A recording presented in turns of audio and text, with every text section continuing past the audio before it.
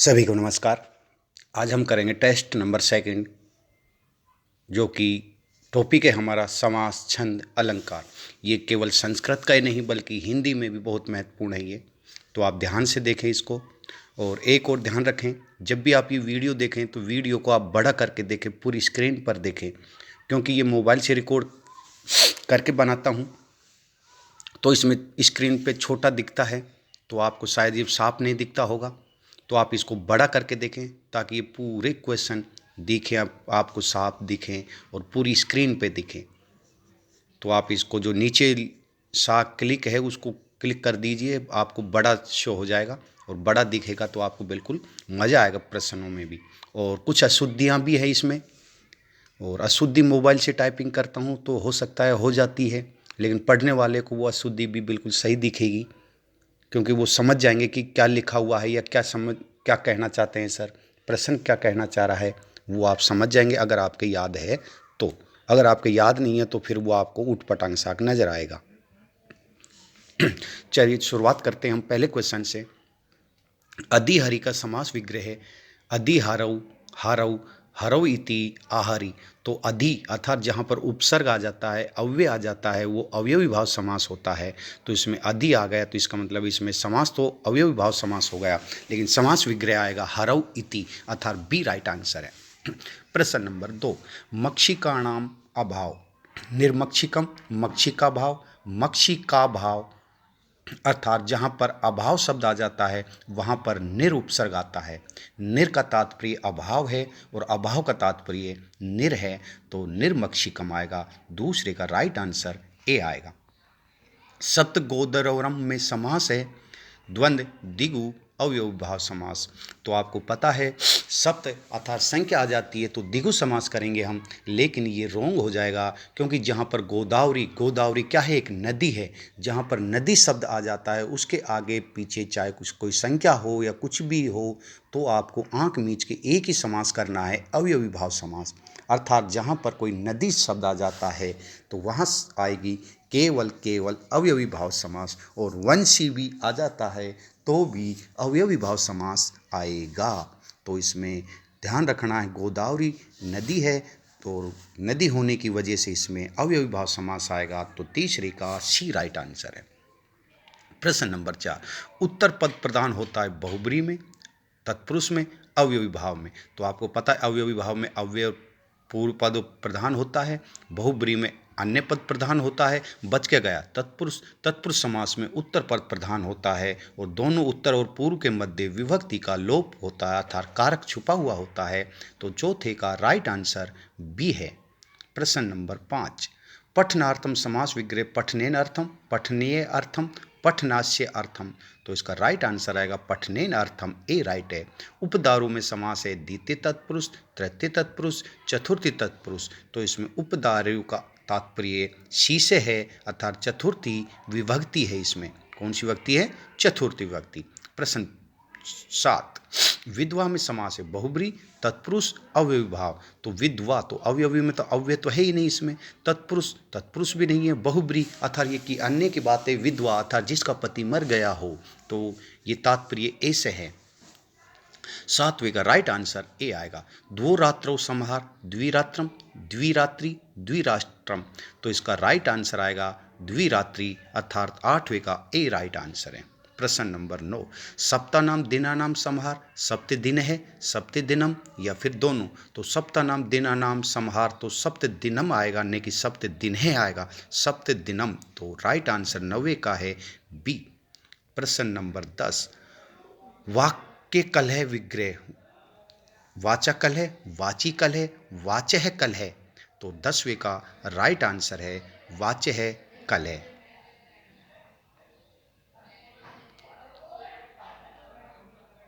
प्रश्न नंबर 11, 10वें में भाई वाचा कलह ए राइट आंसर है, वाचः कलह नहीं, वाचा कलह। तो 10वें का राइट आंसर है ए वाचा कलह, अर्थात वाणी से कलह, ए राइट है 10वें का। छात्र है छात्रः च, छात्र छात्रा, छात्रा छात्रे या छात्रौ। तो 11वें का राइट आंसर है समास युक्त करना है इसको, तो छात्रौ आएगा। 11वें का राइट आंसर है सी, प्रश्न नंबर 12। प्राप्तोदकम में समास है बहुब्रीहि, तत्पुरुष या फिर कर्मधारय। तो 13वें का राइट आंसर है बहुब्रीहि समास है। 13वें में बहुब्रीहि समास है। प्रश्न नंबर 12वें में बहुब्रीहि समास है। प्राप्तोदकम में समास है बहुब्रीहि समास है, अर्थात 12वें में राइट आंसर है ए। प्रश्न 13वां। पंच महायज्ञ में समास है पंच महायज्ञ। तो पंच महायज्ञ में महायज्ञ की विशेषता है कर्मधारय समास है। प्रश्न नंबर 14। गौर मुखम में समास है कर्मधारय, द्विगु या फिर बहुब्रीहि। तो 14वें का राइट आंसर है हमारा कर्मधारय। प्रश्न नंबर 15। किस छंद में प्रत्येक पाद में 11 वर्ण नहीं होते हैं? इंद्रवृजा, उपजाति, वंश स्त्य। तो ये मैंने आपके ट्रिक्स भी बता रखी है। इंद्रवृजा, उपजाति और उपेंद्र में 11 वर्ण होते हैं, लेकिन वंश में 11 नहीं होते हैं, क्योंकि वंश में 12वां होता है। तो 12 होते हैं, अर्थात सी राइट आंसर है। 15 का सी राइट आंसर। प्रश्न नंबर 16। ने तातो ने माता ने बंधुरदाता में छंद है भुजंग प्रियतम, वंश स्त्य है, उपजाति। तो आपको बता दूं नेता, तो अब इसमें पहले तो वर्ण काउंटिंग कर लेंगे। 1 2 3 4 5 6 7 8 9 10 11 12, अर्थात इसमें 12 हैं। तो 12 हैं, उपजाति तो वैसे कट गया। हाँ,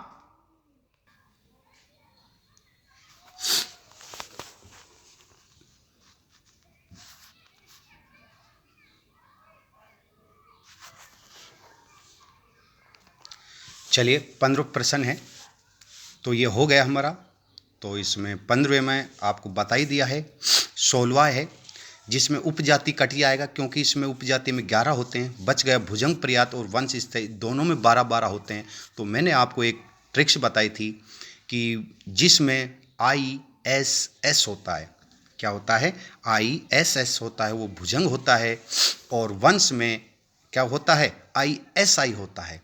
यानी वंश जो होता है, वंश माने परिवार, परिवार में ISI बनता है। क्या बनता है? ISI बनता है।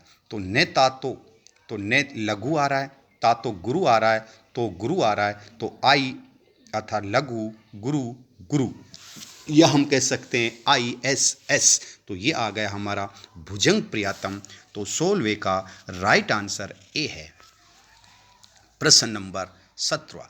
तुमेव माता च पिता त्वमेव, तुमेव बंधु च सखा तुमेव। ये अभी आप जो श्लोक है, ये उपेंद्र व्रजा का है या इंद्र व्रजा का है या उपजाति का है। तो हम देखेंगे, पहले इसके गण गिनेंगे कितने हैं, वो वर्ण गिनेंगे कितने हैं। 2 3 4 5 6 7 8 9 10 11, अर्थात 11 हैं। तो 11 आपको पता है उपेंद्र में भी आता है, इंद्र में भी आता है, उपजाति में भी आता है। अब हम क्या करेंगे, इनके चिन्ह गिनेंगे, वो चिन्ह देखेंगे कि लघु है पहला, दूसरा गुरु है या तीसरा लघु है, क्या है वो हम देखेंगे। तो तय व, तो तय आगे आ रहा, तो ये पीछे तो नहीं होगा, ये पीछे होता तो आगे जुड़ के गुरु बन जाता। तो वह लघु है, में गुरु है और लघु है, अर्थात पहला अक्षर लघु आ रहा है। तो पहला अक्षर लघु आ रहा है तो सबसे ही देख लीजिए, उ लघु है तो उपेंद्र में आएगा। इंद्र में गुरु आएगा, क्योंकि ई आदा न, तो ये गुरु बन जाएगा। तो त्वमेव में पहला वर्ण लघु है, लघु होने की वजह से उपेंद्र व्रजा आएगा। तो राइट आंसर 17वें का ए है। प्रश्न 18। किस छंद में 17 वर्ण होते हैं? शार्दूल विक्रीडितम, शिखरिणी या फिर मालिनी। तो आपको पता है शार्दूल विक्रीडितम में कितने होते हैं? 19 होते हैं। मालिनी में, शिखरिणी में 15 होते हैं और 17 कौन प्रश्न है किस छंद में 17 वर्ण होते हैं? तो आपके राइट आंसर है इसमें शिखरिणी में 17 होते हैं, मालिनी में 15 होते हैं, शार्दूल विक्रीडितम में 19 होते हैं। तो किस छंद में 17 वर्ण होते हैं? तो शार्दूल विक्रीडितम में 19 होते हैं, मालिनी में 15 होते हैं और शिखरिणी में 17 होते हैं, अर्थात 18वें का राइट आंसर बी है। प्रश्न नंबर 19। किस छंद में सभी यगण होते हैं? भुजंग प्रियातम, वंश तिलका, मालिनी। तो चतुर्भी यकाराई, भुजंग प्रियातम, ये भी सुना ही होगा। चतुर्भी यकाराई अर्थात यगण, यगण भुजंग प्रियात में होते हैं। तो 19वें का राइट आंसर ए है। द्रुत विलंबित महा नभौ भरौ भुजंग प्रियातम चतुर्भी यकाराई। तो ये द्रुत विलंबित महानभौ भरौ। तो 20वें का राइट आंसर ए आएगा, अर्थात ये आगे आपको पूर्ण करना है। तो ये भी आप याद कर लीजिए, हमारे जो छंद होते हैं उनमें भी ये क्वेश्चन हो सकता है। द्रुत विलंबित महानभौ भरौ अर्थात द्रुत विलंबित महा, तो आगे डैश डैश दे देगा, आगे क्या आएगा? तो नभौ भरौ आ जाएगा। तो 20वें का राइट आंसर ए है। प्रश्न नंबर 21, समसनम अर्थात समसनम बराबर प्रत्यय, समास या फिर संधि। समसनम समासम कथ्यते। तो 21वें का राइट आंसर बी है। त्रिमुनि इत्यत्र समासः वर्तते अर्थात त्रिमुनि में कौन सा समास है? द्विगु समास है, बहुब्रीहि है या फिर अवयवी भाव समास है? तो त्रिमुनि, तीन मुनियों का समूह। तो हम करेंगे इसमें द्विगु समास करेंगे, लेकिन ये रॉन्ग हो जाएगा, क्योंकि अभी मैंने आप क्वेश्चन था उसमें बताया था कि जहाँ पर वंशी आ जाता है और नदी आ जाता है वो अवयवी भाव समास आएगा। और त्रिमुनि का याद रख लेना, त्रिमुनि किससे तात्पर्य है? वही त्रिमुनि से तात्पर्य है जो कि हमारे त्रिमुनि कहलाए। मुनि माँ के जन्म से, गर्भ से जन्म लेते हैं और विद्या से विद्या प्राप्त करके वो नया जन्म प्राप्त करते हैं, इसलिए वंशी दूसरा जन्म वो माना गया उसको, मुनियों को। तो त्रिमुनि शब्द आ जाता है तो इसमें अवयवी भाव समास होगा। त्रिमुनि में अवयवी भाव समास होगा। हाँ, अगर सप्त ऋषि आ जाता है, सप्त मुनि आ जाता है तो वो अलग हो जाएगा, लेकिन त्रिमुनि, त्रिमुनि हमारे वही उन्हीं से रिलेटिव है जो हमारे त्रिमुनि कहलाए हैं। पतंजलि है, महाभाष्य लिखी जिसने। अगला क्वेश्चन है हमारा 23वां। सर्वे गुणा कश्चनमाश्रयति अलंकार वर्तते। सभी गुण काश में ही आश्रित होते हैं, इसमें अलंकार कौन सा है? तो 23वें का राइट आंसर है हमारा अर्थांतरन्यास, अर्थात बी राइट आंसर है 23वां।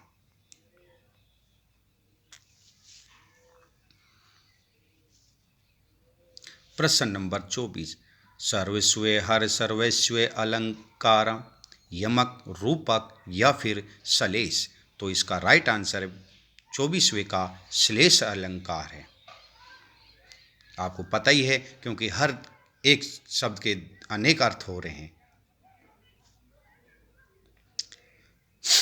यमक के आपको पता ही है, एक शब्द यमक जिसमें एक वर्णों की आवर्ती बार बार हो लेकिन उनका अर्थ भिन्न हो। रूपक, श्लेष, तो सर्वस्व हर सर्वस्व अलंकारम। तो इसमें 24वें का राइट आंसर आएगा श्लेष अलंकार है। कौन सा अलंकार है? श्लेष अलंकार है। प्रश्न नंबर 25, प्रस्फुटम सुंदरम साम्यम लक्षणम वर्तते। उपमा, उत्प्रेक्षा या फिर यमक। तो 26वें का राइट आंसर है उपमा है। इसमें कौन सा अलंकार है? उपमा अलंकार है 25वें में। प्रश्न नंबर 26, मुखमेणी दृश्यो भाति पूर्णचंद्र इव पर अलंकारम। इसमें कौन सा अलंकार है? स्वाभाविकता, उत्प्रेक्षा या फिर यमक। तो आपको पता ही है 26वें का राइट आंसर है, क्योंकि जहाँ ईव आ जाता है, सम आ जाता है, उसमें उत्प्रेक्षा अलंकार होगा। तो 26वें का राइट आंसर है उत्प्रेक्षा। प्रश्न नंबर 27, गृह लक्ष्मी इत्यत्र समास अस्ति अवयवी भाव, बहुब्रीहि या फिर तत्पुरुष। तो गृह लक्ष्मी अर्थात 27वें का राइट आंसर है घर की लक्ष्मी, तत्पुरुष समास। शौर्याधिदेव देवत विहार वना स्थलीयम ऐसा कवि श्रृंगरीराम वर रंगभूमि इति उत्तमा च बलीनां कश्यपतिकेयम श्री चित्रकूट नगरी नन्नु दर्शनिया। अर्थात ये जो श्लोक है, इस श्लोक में कौन सा छंद और कौन सा अलंकार है?